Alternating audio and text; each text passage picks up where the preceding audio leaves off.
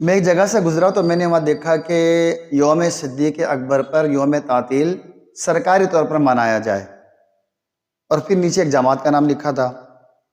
تو میں سوچنے لگا، کیا ابو بکر صدیق رضی اللہ تعالیٰ عنہ کے دن کو مناتے ہوئے چھٹی کرنا کیا شرعی طور پر یہ جائز ہوگا؟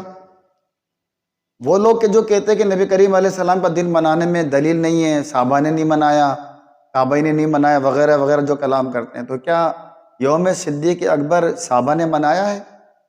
یہ میں آپ سے اس کا سوال کرتا ہوں، کیا تابعین نے منایا ہے؟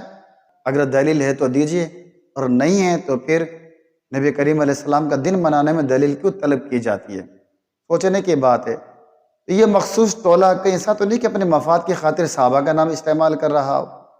ایسا کیا ہے کہ جناب یہاں بلا دلیل کے اس کو قبول کر لیا گیا اور اللہ کے نبی کے لیے دلیلیں مانگتے پھرتے ہیں؟ کچھ تو بات ہے، دال میں کچھ تو کالا ہے۔ دال میں کالا ہے یا دال ہی ساری کالی ہے؟ اللہ ہی دلوں کے حال بہتر جاننے والا ہے۔ سوچئے گا ضرور۔ السلام علیکم۔